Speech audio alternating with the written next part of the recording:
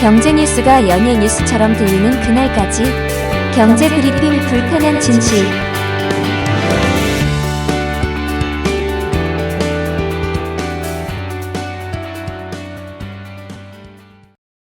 경제 브리핑 불편한 진실 4월 22일 순서 시작하겠습니다.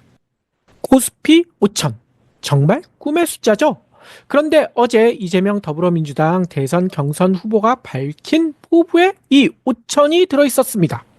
코리아 디스카운트가 심화돼 있다. 이를 해소해 주가지수 5천 시대를 열겠다. 이렇게 강조를 하셨거든요. 하지만 어제 코스피 지수 2488.42 이걸로 마감했거든요. 따라서 5천 시대가 되려면 2배도 훨씬 넘게 뛰어야 달성할 수 있는 그런 수치입니다. 그래서 달성 불가능한 수치다. 말도 안 되는 헛꿈이다. 대선 앞두고 뭔 소리를 못하겠느냐. 이렇게 폄하하시는 분들도 계시더라고요. 하지만 정말 그럴까요? 오늘 경제 십다에서는 코스피 5천 시대 가능성을 타진해 보도록 하겠습니다.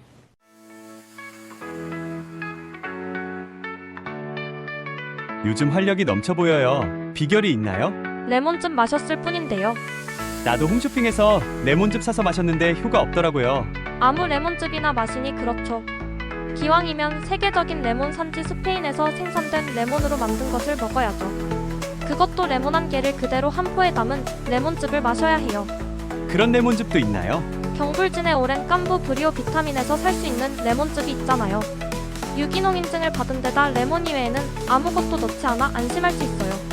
우와, 국내 유기가공식품 인증은 물론 유럽연합 유기농 인증까지 받아 믿을 수 있겠군요. 간편하게 1일 레몬하면 요즘 유행하는 독감도 걱정 없어요. 네이버나 카카오에서 브리오 비타민을 검색해서 1일 1레몬 하세요.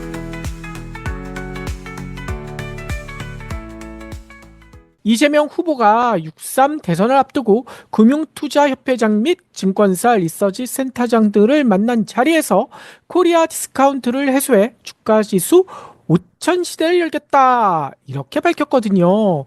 그의 경제 키워드인 회복과 성장을 방점으로 두고요. 주식시장 살리기를 위한 해법을 대거 공개했거든요. 현재 자본시장이 부동산 중심 저평가, 그러니까 코리아 디스카운트 상태임을 지적하면서요. 비정상적인 요소만 제거해도 3,000포인트는 무난히 넘을 수 있고 추가 조치로 5,000포인트도 가능하다. 이렇게 강조를 했습니다. 우리 자본시장이 이재명 후보의 말처럼 부동산에 편중돼 있다.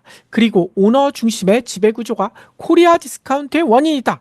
이거를 부인하실 분은 거의 없을 거예요. 대부분 동의하시겠죠? 하지만 이거 누구나 알고 있는 사실이지만 고양이 목에 누가 방울을 다느냐? 이런 이야기처럼요. 이에 대한 개선과 개혁은 누구도 엄두를 내지 못해왔었잖아요. 이를 추진할 사람들도 부동산을 직접 보유하고 있고 대거 보유하고 있고 재벌들의 입김에서 자유롭지 못한 언론 그리고 정치인들이 교묘하게 이를 방해해왔기 때문인데요. 이 후보는 이를 다 타파해버리겠다. 이런 포부를 밝힌 것으로 보인다는 겁니다. 아니 그러면 말만 해서는 안 되잖아요. 도대체 어떻게 타파하겠다는 걸까? 뭔가 비책이 있어? 이런 질문이 충분히 가능할 텐데요. 이 후보가 어제 제안한 해법은 크게 두 가지더라고요. 여러 가지인데 크게 나눠보면 두 가지. 자본시장 제도 개선과 투자자 보호 및 시장 신뢰 제고. 이렇게 크게 두 가지인데요. 일단 첫 번째, 자본시장 제도 개선. 이거의 핵심 뭐니 해도 상법 개정 추진입니다. 이 상법 개정안 얼마 전에 한덕수 권한대행이 이거 거부권을 행사했었잖아요. 그래서 그때 거부됐던 그 민주당 주도의 상법 개정안을 재추진하는 것이냐 이렇게 생각할 수 있는데요. 그게 아니라는 겁니다. 보통 이렇게 한번 거부됐으면 조금 수위를 낮춰서 재추진하는데 이재명 후보는 그게 아니라는 거예요. 오히려 지난번 개정안보다 더 세진 개정안을 공식화했다는 겁니다. 어떻게 세졌을까? 일단 지난번 개정안에는 이사 충실 의무 확대. 이 내용은요, 지난번에 저희가 다 설명을 드렸었거든요. 삼전이 오만전제에서 벗어나려면 상법 개정안이 중요한 이유, 이 편을 좀 참조하시면 될 것 같고요. 이 이사 충실 의무 확대뿐만 아니라 집중투표제 활성화 그리고 감사위원 분리 선출 확대 요거까지 요번 개정안에 담겠다라는 뜻을 밝혔다는 겁니다. 기존 개정안에 담겼던 이사위 주주 충실 의무는 이사위 행동규범을 제시하는 것이잖아요.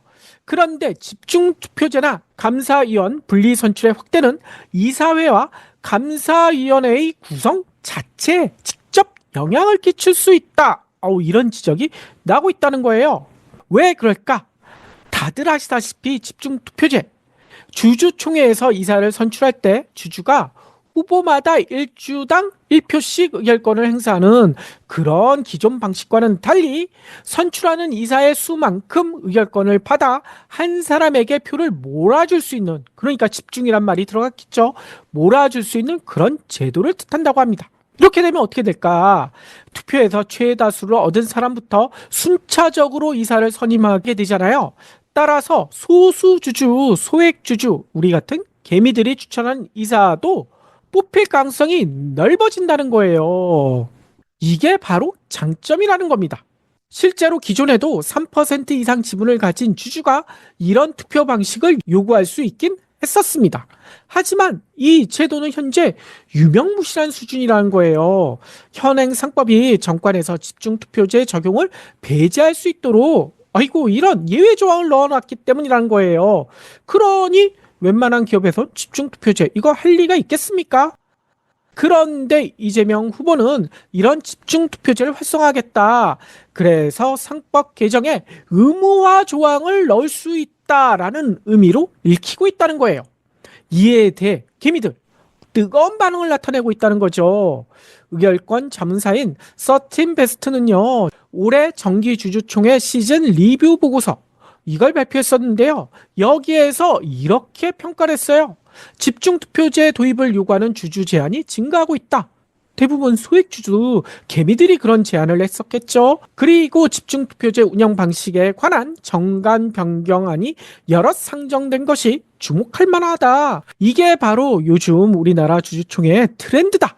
이렇게 짚었다는 겁니다. 바로 이런 트렌드가 매우 후진적인 지배구조 개선의 전기가 될 것이다. 서팀 베스트는 이런 기대까지 표현했더라고요. 뿐만 아니라 감사위원 분리 선출, 이것도 눈여겨볼 만합니다. 현행 상법은 자산 총액 2조 원 이상의 상장 회사에 3인 이상으로 구성된 감사위원회를 두고요. 그 가운데 1명 이상을 이사와 분리해 선출하도록 그렇게 하고 있어요.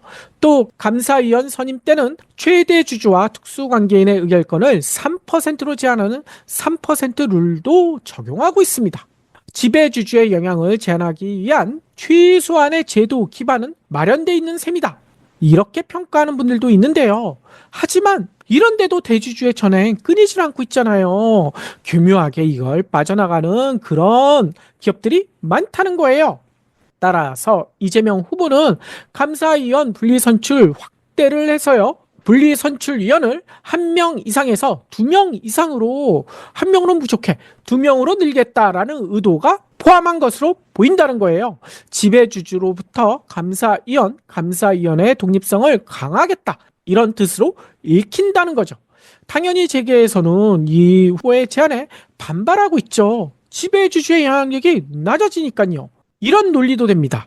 행동주의 펀드 등 투기 자본이 경영권을 위협하는데 악용될 수 있다. 이런 핑계를 대고 있는데요. 아니, 경영 능력도 없는 재벌 3, 4세에게 경영을 무조건 맡기는 우리 재벌들의 행태. 이게 더 경영권을 위협하는 행위 아닙니까? 이 후보도 재계의 거센 반발을 의식해 이런 발언까지 하셨더라고요. 이기적인 소수들의 저항이다. 이거 왜 반발해? 이렇게 얘기했다는 거죠. 그러면서 집안에서 혜택을 보고 규칙을 안 지켜 부당한 이익을 얻으면서 어떻게 글로벌 기업과 경쟁하겠다는 것이냐. 상법이 개정되면 대주주의 행포와 비정상적인 경영, 그러니까 주식시장의 예측 불가능성을 줄일 수 있다. 그렇기 때문에 나는 추진하겠어. 이렇게 강하게 얘기했다는 거죠.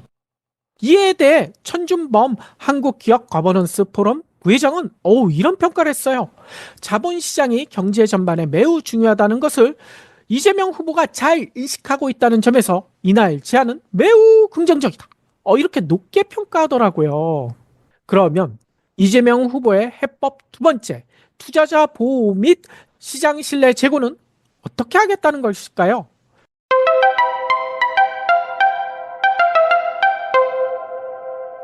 우선 이 후보는 주가 조작에 대한 엄단을 예고했습니다. 원 스트라이크 아웃 제도를 도입해서 한 번이라도 주가 조작에 가담하면 다시는 주식시장에 발을 들일 수 없게 하겠다. 이건 너무나 당연한 거 아닙니까?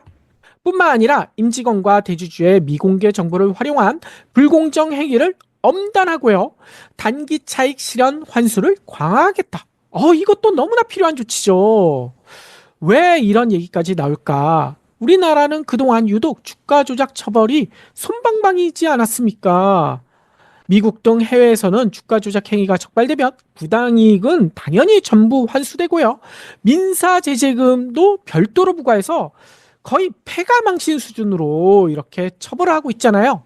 하지만 우리나라에서는요, 주가 조작범 무려 90%가 징역형을 면하고 있다고 합니다. 징역형을 안 받는다는 거예요. 그리고 처벌 조항도 너무나 약하다는 거죠. 시장에서는 주가 조작에 대해서 재수 없어서 걸려도 남는 장사다. 해볼만해. 이런 말이 나돌 정도 아닙니까? 따라서 이를 타파하기 위해 주가 조작 의혹을 끝까지 추적해서 엄벌하겠다.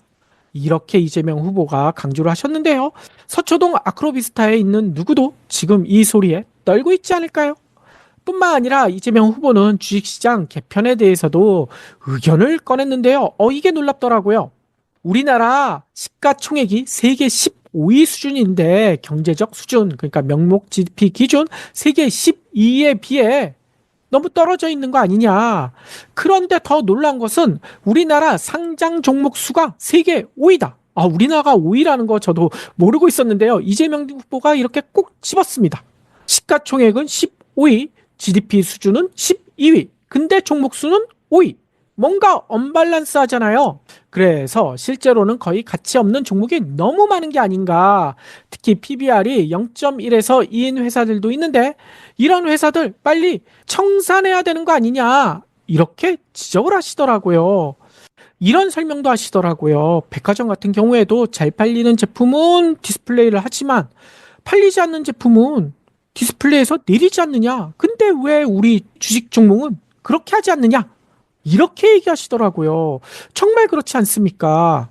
그래서 제가 참고로 좀 살펴봤어요. 우리나라와 GDP 규모가 한두 단계 아래인 호주가 13위, 스페인이 14위거든요. 호주의 대표 지수는 ASX200이고요. 스페인은 IBEX 35더라고요. 근데 이 지수를 살펴보니까요. 이거 호주는 7,800선, 스페인은 12,900선이나 돼요. 물론 기준 시점 등이 우리나라 코스피와는 다르긴 하죠.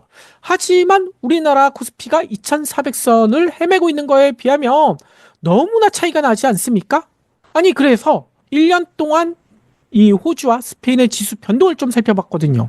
그랬더니 1년 동안 호주는 2.22%가 상승했고요. 스페인은 무려 18.62%가 올랐습니다.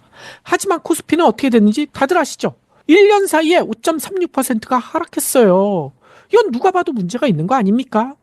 이에 대해 서유석 금융투자협회장도요. 상장 후 영업이익을 달성하지 못하거나 지속 가능한 비즈니스 모델을 유지하지 못하면 해당 기업을 상장 폐지해야 한다. 이거 진짜 그래야 됩니다. 공감의 뜻을 나타내기도 하더라고요. 그러면서 평균 PBR 현재 0.8 이하의 2배 수준인 1.6으로만 만들어도 코스피 5,000포인트, 이재명 후보가 얘기했던 코스피 5,000포인트는 가능할 것이다. 이렇게 답하시더라고요. 이와 함께 이재명 후보는 공정한 합병 평가, 일반 주주 보호 강화, 이거에도 나설 것이다 라고 밝혔는데요. 쪼개기 상장, 이거를 예방하기 위해서 모 회사의 일본 주주에게 신주를 우선 배정하고요. 상장 회사의 자사주는 원칙적으로 소각해서 주주 이익으로 돌리겠다. 이런 방안도 공약하시더라고요. 지금까지 역대 대선 후보 중에 주식시장에 대해서 이렇게 날카로운 질문과 핵심 방안을 제시한 경우가 있었을까요? 아마 제 기억으로는 없었던 것 같아요. 이재명 후보가 정말 주식시장에 대해서 많이 알고 있다라는 생각이 들던데요. 그 비결이 있더라고요. 왜냐? 사실 이재명 후보도 과거에 개인 투자자, 개미였기 때문이라고 하는데요. 최근에 펴낸 책, 결국 국민이 합니다. 이 책 벌써 베스트셀러 1위에 올랐죠? 여기에서 이재명 후보는 이렇게 얘기하셨어요. 나도 한때 개미였다. 1990년쯤 주식 투자를 시작해 소위 잡주를 속된 말로 몰빵했다가 깡통도 많이 잡았다. 특히 IMF 때는 좀 간이 커져가지고 선물뿐만 아니라 심지어 풋 옵션 거래까지 한 적이 있다. 라는 일화를 소개하기도 했습니다. 물론 엄청난 손해를 보기도 했고요. 이후에는 우량주에 장기 투자를 해서 본전 이상의 수익을 거두기도 했다. 이렇게 밝히고 있더라고요. 그러면서 책에서는 국장, 그러니까 우리나라 주식시장의 장기 침체 원인도 꼽아주셨는데요. 크게 4가지를 꼽으시더라고요. 경제정책 부재, 그리고 불공정한 시장, 지배 경영권 남용, 그리고 마지막으로 안보 위기. 이렇게 들으셨는데요. 앞서 살펴본 코스피 5000 시대의 해법, 큰 틀에선 다르지 않잖아요. 하지만 여기서 눈길을 끄는 점이 하나 더 있더라고요. 바로 경불진이 주목한 점, 공정성입니다. 공정성. 불공정한 시장을 바로잡아야 한다. 이런 문제의식을 이재명 후보가 가지고 있다는 거예요. 이재명 후보는 주식시장에는 주가 조작으로 돈을 벌어도 힘만 있으면 처벌받지 않는다. 라는 깊은 불신이 퍼져 있다. 주가 조작, 시세 조정 등 불공정 거래에 대한 강력한 대응이 필요하다. 이렇게 얘기했는데요. 그래서 어제 주가 조작 원스트라이크 아웃제를 도입하겠다. 이렇게 밝힌 게 아닐까요? 시장의 불공정과 기업이 불투명한 구조는 결국 투자자의 신뢰 위기로 이어질 수밖에 없잖아요. 그 많던 국내 개인 투자자와 기관들 미국으로 갈아타고 국장 탈출은 지능순이다라는 오픈 얘기가 나올 수밖에 없었던 이유가 바로 여기 있다는 거예요. 글로벌 주식시장이 몇 배씩 뛰어올 때 코스피는 항상 제자리 걸음하거나 심지어 하락했던 이유 바로 여기에 있다는 거죠. 그래서 이재명 후보는 이렇게 얘기합니다. 경쟁력은 공정성에서 나옵니다. 이렇게 부당하게 이익을 취하는 시스템으로 엄혹한 국제 경쟁을 어떻게 이겨내겠습니까? 많은 약자들의 이익을 빼앗아 특정 소수가 그 이익을 독점하면서 돈 벌어가지고 국제 경쟁에서 글로벌 기업들과 싸워 이길 수 있겠습니까? 이렇게 질문하더라고요.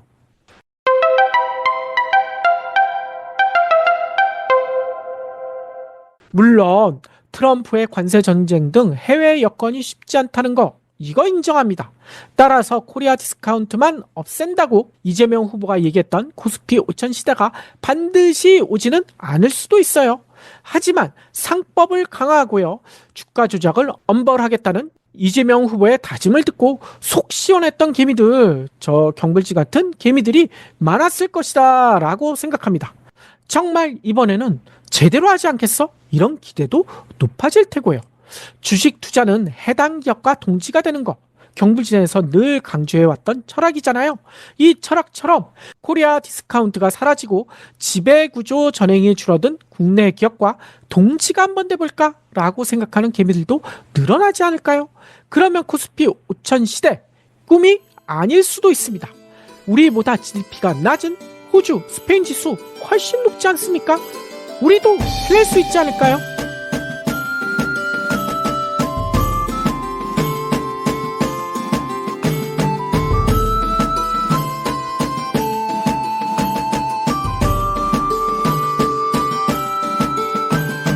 경불진 완주해 주셔서 감사합니다. 하트 투척, 댓글 남기기, 링크 공유, 계좌 후원 등 경불진 두 PD에게 힘을 보태주세요. 더 좋은 내용으로 보답하겠습니다.